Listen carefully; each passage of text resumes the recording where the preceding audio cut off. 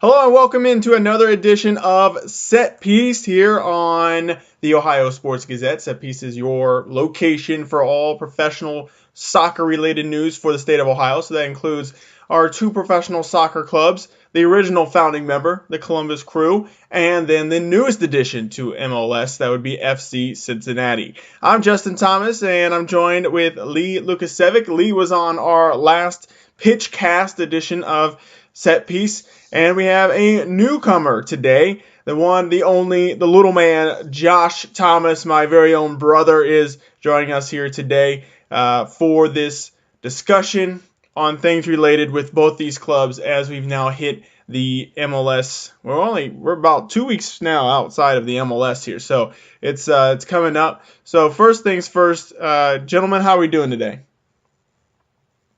I'm good, Justin Thomas. Good. What about you, Josh? Looks like we might have lost Josh again. We'll see if he pops back on.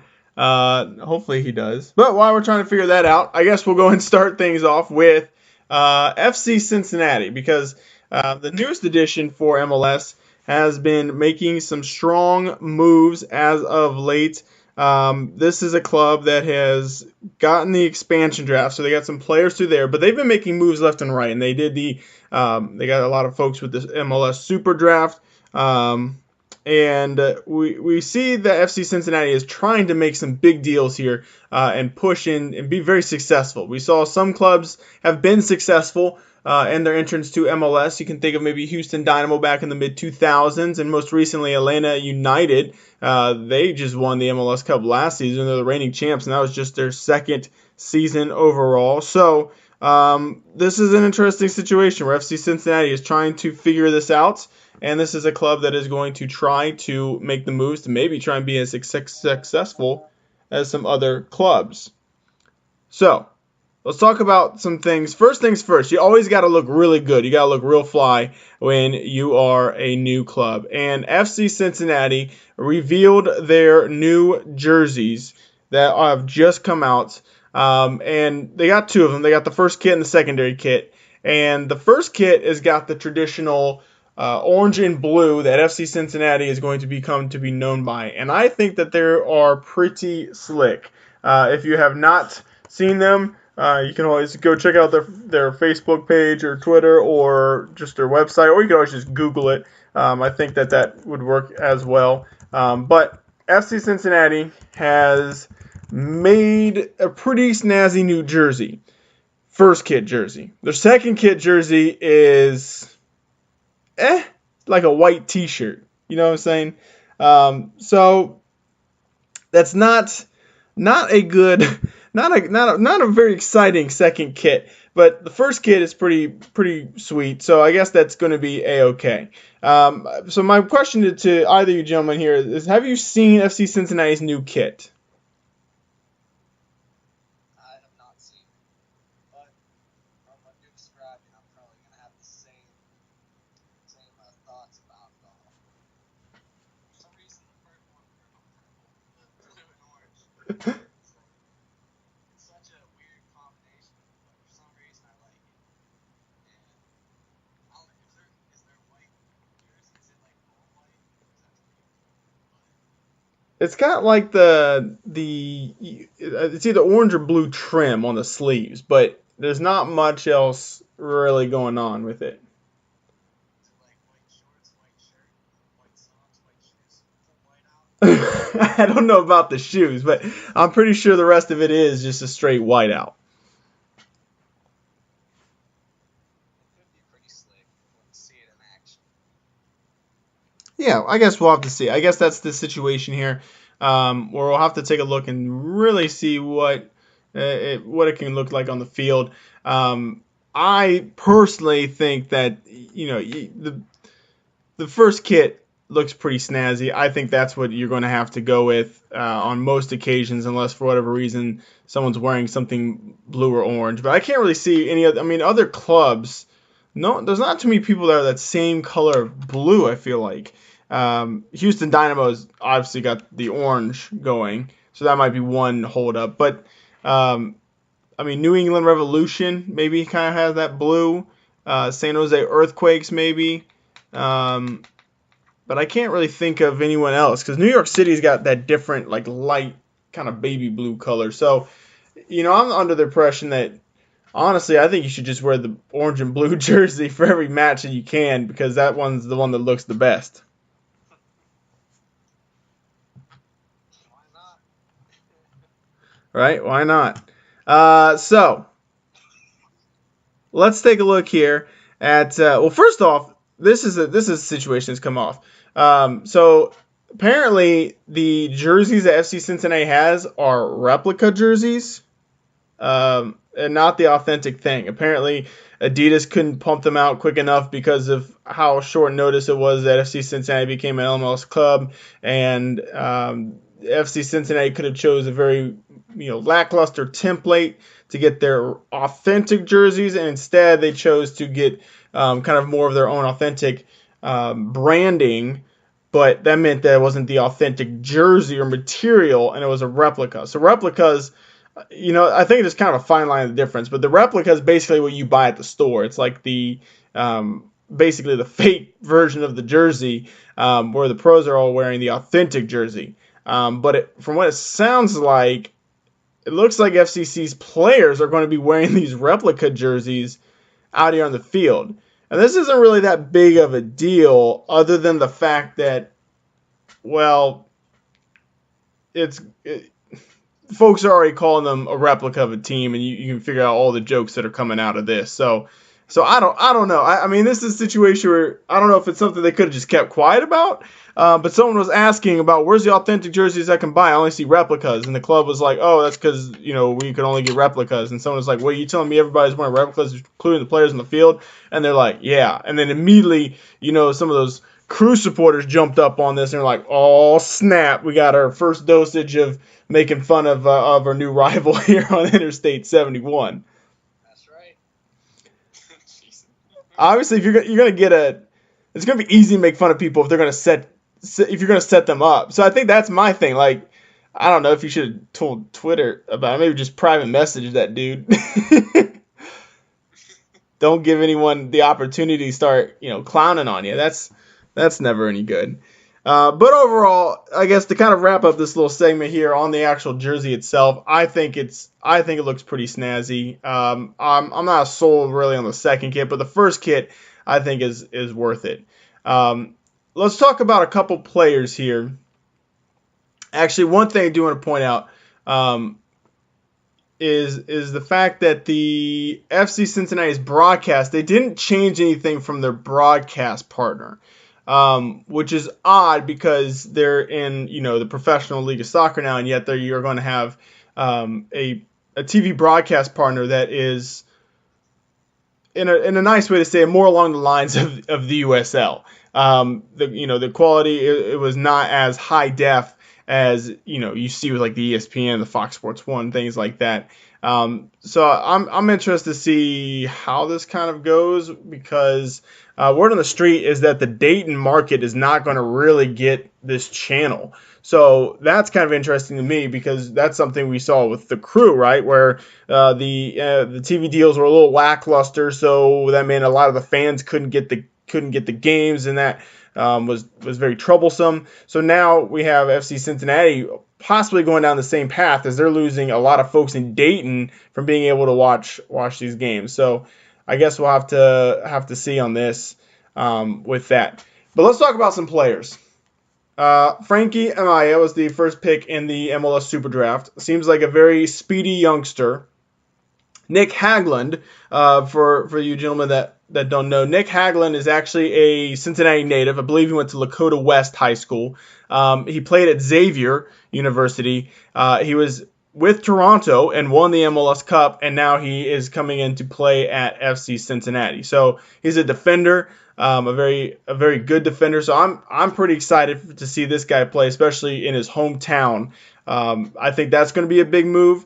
And the other big move, FC Cincinnati's made a ton of great moves, in my opinion. But I think the two, to me, right now that stand out is Nick Hagglund and Kekuta Mene, who comes from none other than Columbus. So he's coming down Interstate 71. And this is a guy that, that was always like a super sub. He would come in at like the 60th minute, and he had fresh legs. He was a speedster, and other teams' defenses couldn't really handle it. I remember one game that Chelsea and I were at. It was a Montreal game, and the Crew was tied 1-1 with Montreal. Kakuta came in, and within, I think, 7 or 8 minutes, he had an assist and a goal, and Columbus won 3-1. So this is a guy that can really change the game, and I think the FC Cincinnati has made a good deal going out and getting Kakuta.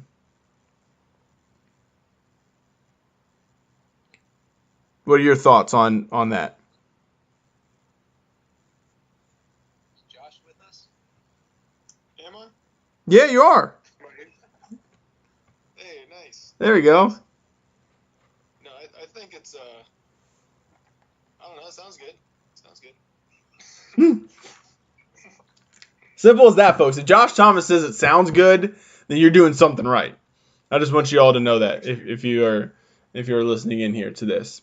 All right, so I know that the Wing Lions portion here with FC Cincinnati is more along the lines of kind of my knowledge, since I am down here in the city, the orange and blue city down here in the southwest corner of the state.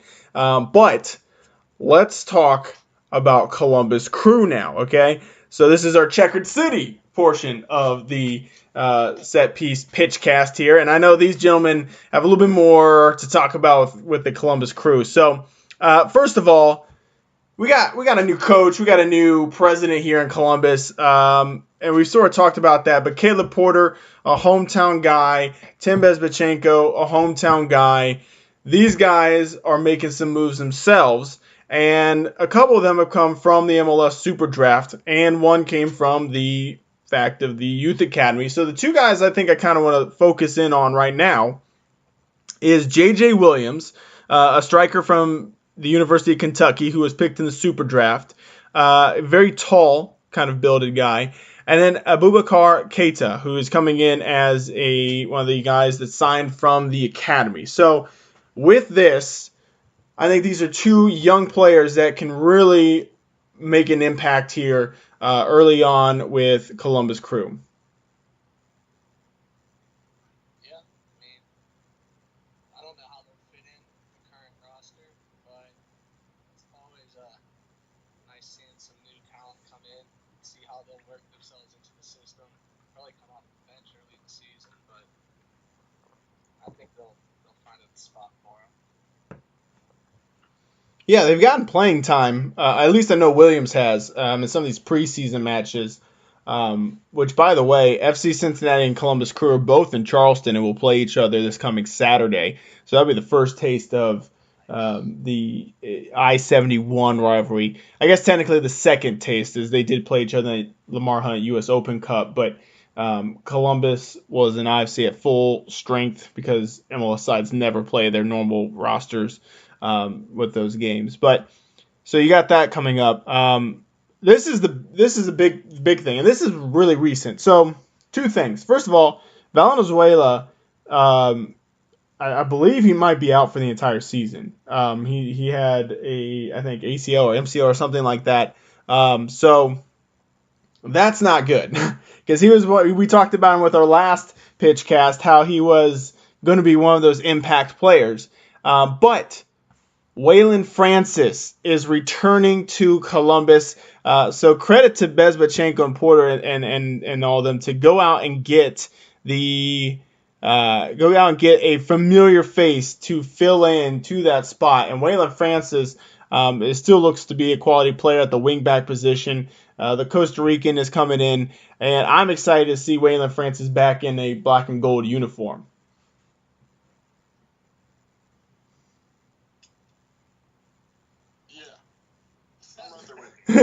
Yeah, right there with us. Yeah, obviously, right. That's what I'm saying. It brings us back to the good old days. The old days where Greg Berhalter was in charge and Columbus was the dark horse to win the MLS.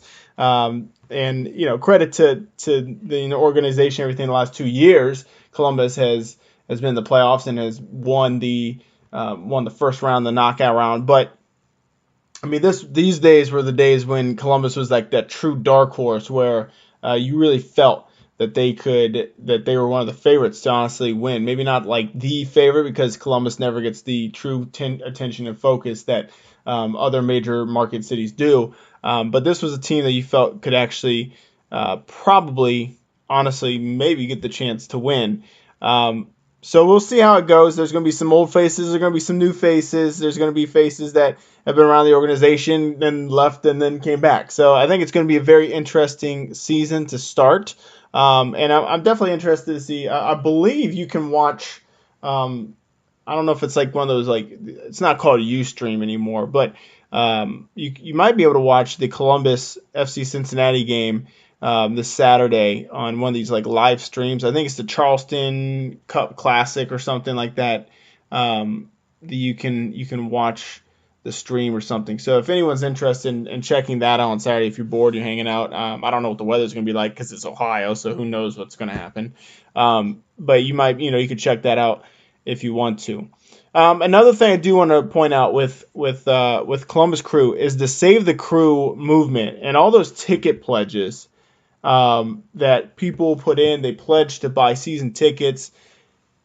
Those are seeming to come true. And I know that's something that people argue that the people that were against the Save the Crew movement were like, oh, it's just a pledge. That's never going to actually happen. And people are actually following through with the pledges.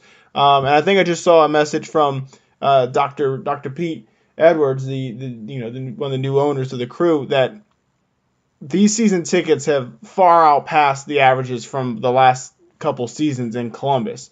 So that's exciting news to see that the community is paying it back for the Crew staying. And that is obviously something very important because if you don't get those ticket pledges, and it might look like the same old, but it looks like these folks are getting out there and making these pledges. And I know, if McClurg was on here, if Zach McClurg was on here, he'd be going, about how, because he's got the season tickets. He also, I don't know if you heard about this last time, Josh, but Zach was saying we're not allowed to stand on the concourse anymore. We got to put our butts in the seat. He was pretty adamant about that too, wasn't he, Lee? Yeah, he was upset. He was not happy. So yeah, we'll have to see. We'll try and just say what's up at the beginning of the match and then go hide on a concourse. Just keep pacing around a concourse. He won't ever be able to find us. But anyway, so.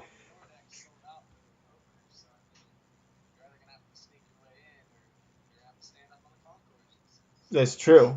We might have to sneak our way in, helicopter style, just parachute in.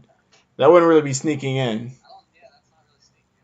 Unless you're like the parachute, it's like the pregame entertainment or something. I don't know. We'll have to figure that out. But any final thoughts just with what you've seen with Columbus Crew, what you're excited about as the season? I mean, the home opener is. I mean, we were just talking about this, like a little over 2 weeks away. So is there anything you're excited about, either of you? We'll start with Josh first. Anything you're excited about with Columbus heading into this season? I was excited just with all the new staff. I kind of forgot that the entire pretty much organization was like shuffled around with new people. So I'm interested to see how, especially the coach pans out here, especially with we had Berhalter leaving and whoever this guy is coming in, Porter. Just the coach of University of Akron when they won the national championship, and coach of Portland when they beat Columbus for the MLS Cup. But he's just just some guy. We'll see how he does. First big job, if I remember right. I can't quite. First big job. He was coaching. He was coaching some middle school soccer teams, and they called him up like, "Hey, we want you to be the Columbus Crew manager." No, but I don't know if we talked about this, but Caleb Porter actually turned down the Los Angeles Galaxy job to take the Columbus Crew job. So I think you can always make the argument, well, he's got the home ties with the state and everything, but the fact that he turned down LA, like Los Angeles market team, one of the historic clubs. I mean, they've won the most MLS Cups out of anybody in the whole league, I believe, or at least they're tied with DC. But the fact that he turned them down to come to Columbus, I think means a lot. it shows that Columbus is definitely a team that is on the rise and a team that people actually want to come coach this team and live in the Columbus community. Yeah, I definitely agree with that. Especially, it's not just the bottom of the barrel team that nobody wanted. It's like I think we're in a good spot still. We're in a good spot. Lee, any thoughts that you want to say for the season? I mean, just for the season opener in general, that's going to be a big day for Columbus. We got the Arnold Fitness Expo going on. We got a home Blue Jackets game and the home season opener for the Crew. So it's going to be a pretty crazy Saturday down there in Columbus. And I think all the hotels are pretty well booked. So you're going to have to either find some friends or sleep on the street. and you know to say with that, I think there's a race or something going on too that weekend, if I'm not mistaken. I think that might go along with the expo. Oh, that okay. Yeah, but I mean that's still another thing bringing people into the city. So I'm hoping that everyone coming in for that will like. I mean tickets. There's last I looked, most of the lower bowls kind of sold out. So we got like mainly just the upper section still left. I'm hoping it gets packed for the opener, and hopefully it's a good game to start out, and then we keep it rolling all season long. Yeah, for sure. Lee, do you want to talk about the expo for a minute? Because you've gone to this last couple of years, haven't you? I know. You want to throw a plug in for it? Or? They Yeah. really expanded every year. Can't give you an exact number, but they have probably close to 50 different competitions going on all weekend long. So it's Thursday through Sunday. Anything from like chess to strongman competitions. Literally anything that involves mental or physical fitness, you can find there. I think tickets to get in is only maybe $20 at most. I think they're cheaper as you lead up to that day. Um, but yeah, it's jam packed every year. You'll see a lot of if you follow any of the fitness or bodybuilding or strongman type of things, there's plenty of like celebrities in that field that'll be there. Arnold always makes an appearance, so it's pretty cool. So I'm planning to go to that and the Crew opener the same day, so it'll be an exciting one. You're getting your money's worth with Columbus, right? Expo, Right. Columbus Crew. You never know. You might see Lee over there at the Blue Jackets game. Who knows? Who knows what's happening? I think there might be time to fit in all of it. I think they were trying to do that. I think that's partly why that Crew game is at like 4:30. Because I'm assuming the Blue Jackets is going to be probably like at 7:30. So that would give there's always a little bit of discrepancy, but roughly an hour to try and get your way the what like the 4 miles to Nationwide or whatever. So I suppose there is the ability to do it if you're trying to really put it all together. All right, let's talk for a minute about the playoff format because the MLS has now changed their playoff format. And this is sort of funny, and I mean this in a very nice way. But the MLS is 22 years old at this point, and they've changed their format for the playoffs so many times. I mean, they've changed it countless times. And I understand that the league is continuously expanding and things like that. But it's almost to the point where it's almost just funny because you're like, I wonder what kind of style they're going to change the playoff format into this time. The one thing I will say is that at least we're still with the conferences because there was a time when the winner of the Eastern Conference and the winner of the Western Conference were like the 1 and 2 seed, and then everyone else was just hodgepodge thrown in there based off points. So the year that the Real Salt Lake won it over Los Angeles Galaxy, both those teams were in the West. But for whatever reason, the way they matched up in the playoffs, Real Salt Lake was playing in the Eastern Conference playoffs to get to the MLS Cup. It made no sense whatsoever. But this league sort of makes sense, but it's yet again another playoff format. So here's how this works. There's going to now be 7 teams from each conference that are going to make the playoffs. So that is one more team getting a bid, as opposed to the old format from last year, which was 6 teams in the top 6 teams in each conference get a bid. So now the top 7 get a bid. Here's the big difference. We are no longer doing legs. We are no longer doing aggregate.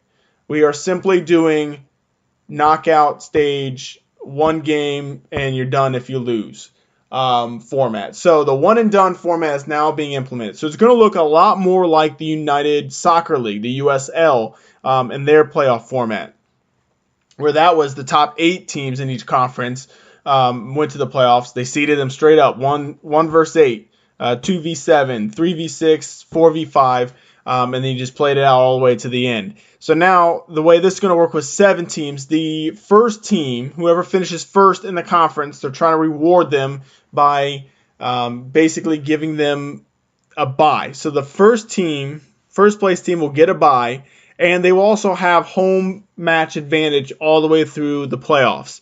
Whoever wins the Supporter Shield is going to have the home field advantage throughout the entire thing if they make it all the way to the MLS Cup. So for example, if Columbus finishes first, Columbus will then have home field advantage all the way at least to the MLS Cup, and then it would just determine if they have the higher point total than whoever comes out of the western side. So with that said, I believe it's just a straight bracket, so no reseeding like in hockey or football. I believe it's just straight bracket. So if the 5 seed upsets the 4 seed, they're still going to play the 1 seed regardless if the 7 seed upsets the 2 seed. I do believe that's the format. Now, with that said, the one and done is the key thing, because no longer do we have the European style aggregate. So that's kind of interesting on a couple levels. One, you're not going to get a home and home. Obviously, with the first round, the knockout round, you didn't have that. But then the conference semifinals and the conference championship were legs. So you could have an abysmal first leg and lose like 2-0, but you still could come back and win like 3-0 at home or something and move on aggregate. That's gone now. So if you have a really bad game on whatever day you're playing and you lose, there's no redemption on a second leg. You're just straight up done. So I think this is going to add a new element, a very interesting element to how things are played. Obviously, there is a strategy that coaches use when they play the 2-leg system, but now things are going to kind of change here with the one and done system, just a straight knockout phase of this tournament. So my question is to you gentlemen, what are your thoughts on this new playoff format? Let's start with Lee. Lee, what do you think about this new playoff format? I hate it. Well, you got to give some reasoning with your argument here. You can't just straight up say I hate it and be done with it. No. You went through all of it. Like, all the details you went through is what made it exciting.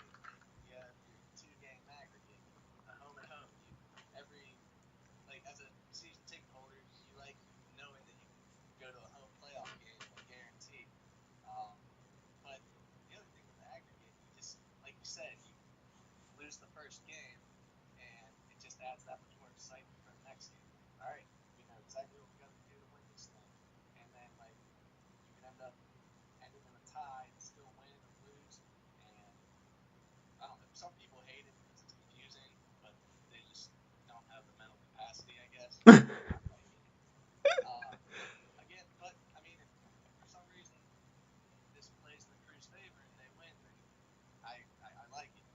But Right. Well, yeah, that's how it goes, right? If the Crew lose in the first round, you're like, this is stupid. But if they win the whole thing, you're like, this is great. yeah, if they lose like 5-0 first round, I'm like, well, that's not fair. Like last year, they would have had a chance to. Oh, that's great. Because 5-0. I mean, anything's possible. Remember, Barcelona made that ridiculous comeback against PSG. Chelsea, the year they won the Champions League, they lost to Napoli 3-1, I think, in Italy, and then came back and won 4-1 in extra time at Stamford Bridge. So things can happen. Crazy things can happen with the 2-leg system. I guess the only benefit is we have, I guess, 2 extra teams making the playoffs. that little extra, like, okay, we still have a chance for the 7th seed. We can make it. Whereas, I guess, last year, you don't. So, Well, that's true. but, So Montreal's probably looking like, okay, 7, that's not too bad. yeah, there's probably at least 2 teams that are liking this new format. One's the big 7 last year. But, anyway, that's my thoughts. Josh, what do you think? I'm kind of on the lead with this one. I don't hate it as much. I don't like I think it hurts the fans a little bit too. Just the fact that you aren't guaranteed a home game. Because Lord knows the crew are never really guaranteed a home game. Well, that's true. Last couple of years, they've had the ability to get a home playoff game, and they've kind of let it slip. Now, they did win that away knockout game, but still, you want the home games, as many home games as you can get. And you're right, because if you were a 7 seed, well, I guess we have to say 6 seed because we didn't have 7 seeds. If you were a 6 seed and you win that first knockout stage on the road, you're guaranteed at least one home playoff game where anything can happen. That's not happening now. If you're the 7th seed, unless you play the 7th seed from the West and you got more points than them, you're not going to get a single home playoff game the entire tournament. Yeah, exactly. It's tough. I like the factor of the home field advantage. It just kind of makes some things up. I guess what this new bracket leads to is probably some more upsets, more flukes kind of happening, and I'm a fan of busting the bracket and whatnot. So I think it'll make for a more exciting overall playoff. But I guess I'll have to see how the first one fares. It's gonna be like that. That's fair. You got to see how it all plays out. It's like the college football playoff. Everyone said it was going to be bogus until the first college football playoff was awesome, and the 4th seed Ohio State Buckeyes with the 3rd-string quarterback won the whole thing. So it was like, dude, this is exciting, and we got to keep doing it. So the one thing I will say about it is, and I know this was a kind of an argument for and why they did change it, with the aggregate, you're playing more games, so it just takes longer. Because the season would end like roughly early October if it got that far. And then the MLS Cup was like the first week of December. So that's like a really, really long time to kind of prolong this. So I think we're losing that December MLS Cup now. I think it's going to happen a little bit earlier in November. But with that said, obviously it's going to go a little bit quicker because you're not playing all those extra games. So you're basically just going to be playing like every weekend till you get down to the very end. And I don't remember exactly the schedule because I think there's like a break in there or something like that. But overall, I think this is going to be kind of an interesting format. I will say that in the USL, it's kind of hit or miss. It'll be a time where like one of the brackets was absolutely crazy in the Western Conference, where I think every low seed won. Like the 5 seed won, the 6 seed won, the 7 seed won, the 8 seed won. And then ultimately it was like I think the 4 seed was Swope Park Rangers. And I think they held on in like penalties. So the 4 seed was the highest seed left. And then they ended up going all the way to the USL Cup and lost to Red Bulls 2 or Louisville City or somebody. So that does happen. Here's the thing that I don't know about this is the team that you would think it would favor would be FC Cincinnati because they just came from that same format with the USL. But FC Cincinnati has not done anything in the playoffs. Their first year, they were the only higher seed, like the only home team in the Eastern Conference to lose. They lost 2-1. They're the 3 seed. They lost 2-1 to the Charleston Battery, who are the 6 seed. The following year, they played the Tampa Bay Rowdies, and I think FC Cincinnati was the 7th seed. So they went down to Tampa Bay. They lost like 3-0. Rowdies ate them up. And then last year, they were the 1 seed, and they played the 8 seed Nashville, and they went all the way to penalties, and they finally won in the penalty shootout. like 6-5 or something like that. And then the next week they were at home and they gave up an early goal to New York Red Bulls 2, and then they couldn't ever find a goal themselves, and they lost to New York Red Bulls 2. And then the big time rivalry, the big time rival Louisville City went on to win a second straight USL Cup. But the fact of the matter is, I think that just displays that anything can happen. FC Cincinnati, 2 out of the 3 years were the higher seed, and they were bounced in the first round, and they were nearly bounced in the first round as the 1 seed, and they also won the USL overall. Like, they're the highest point getter in the entire league, and they almost lost in a penalty shootout. And then the next week they lost to I believe New York Red Bulls was the 5 seed. So they lost to the 5 seed in the next round. So anything can happen. At least it shows with the USL. So we'll see how that works really for the MLS. I will say MLS is notorious. If someone wants to look this up on statistics, this might be getting too crazy for me. I don't know if I have time for this, but it seems like home teams in the MLS out of all the major leagues in sports, so like American sports, so your big 5, so National Football League, NBA, MLB, NHL, and the MLS. I swear the MLS is so home heavy. And what I mean by that is the home team wins way more often than I feel like any other sport. Like, if you're looking at all the other sports, it's possible for away teams to go in there and get the job done. But it just seems like an MLS. If you look at the records, you look at the home record, it's pretty good. You look at the away record, it's pretty bad. And only a few teams have a little bit better balance. Obviously, if you're at the bottom of the table, your record for everything is not going to look good.